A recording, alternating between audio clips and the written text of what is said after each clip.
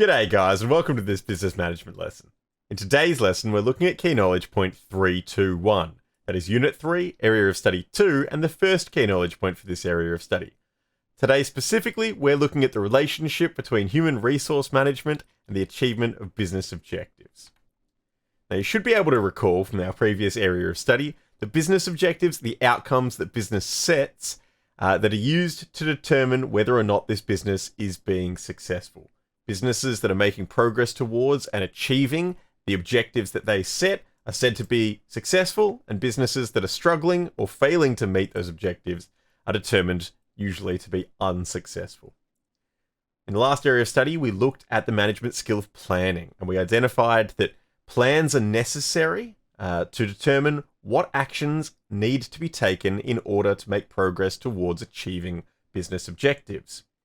Well, the common understanding for any business is that it's going to be your employees who are the ones who carry out the strategies identified in plans, and therefore it's your employees who are undertaking the tasks or doing the work that will ultimately lead to the success or failure of a business. From this perspective, we can identify that it's super important to manage your employees well. For best results, it's important that employees are performing to their full potential.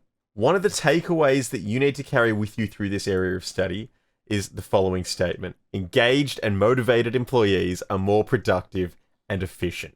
What this means is employees who feel like they can be successful, employees who feel valued by their employer, employees who are well trained, employees who have capability and opportunities to demonstrate their capability are going to be more enthusiastic about working.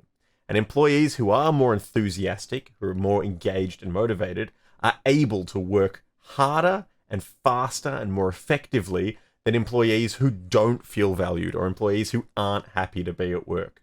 Perhaps employees are put into an impossible situation where too much is being asked from them, and they're not going to work as effectively as if they were in an environment that was supportive and catering to their specific skills and abilities. In this area of study, we're specifically talking about human resources management. And at the top of the pile in human resources is the human resources manager, or the HR manager.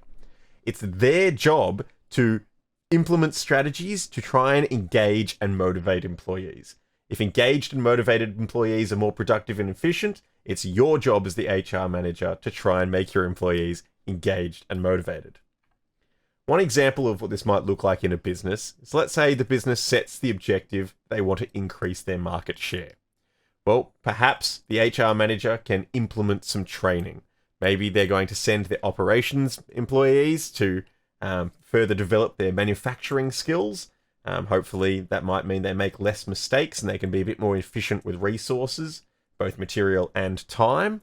And perhaps you'd send your sales and marketing staff to undergo specific sales training so that they can better relate to customers when they come in and can make better suggestions and better recommendations to improve the likelihood of success of sales with each encounter. Well, we would expect as a result of that training, perhaps that the quality of manufactured goods will increase and the quality of the sales services increase. Customers will be impressed by both the quality of the manufactured goods and the quality of the sales experience, and they are more likely to return. They're more likely to recommend this to their friends. Word about the business will get out, and we should see that through this, the HR manager has been able to implement a strategy that is going to help the business to achieve their objective of increasing market share. Now, this is just one example. As we work through this area of study, we'll commonly present strategies that HR managers might try to improve the skills, the ability, the engagement and motivation of employees in the pursuit of achieving business objectives. As long as you work through this area of study, you never lose sight of the fact that it's the employees who are actually undergoing or undertaking the work that leads to the achievement of business objectives, you're going to be just fine. In summary for this key knowledge point, as workers, the employees are the ones who are going to be working towards the achievement of business objectives. Engaged and motivated employees are more productive and efficient, and it's your job as the HR manager to seek out strategies to engage and motivate your employees to ensure that they are working in a most productive and efficient manner. That's all for today. See you next time.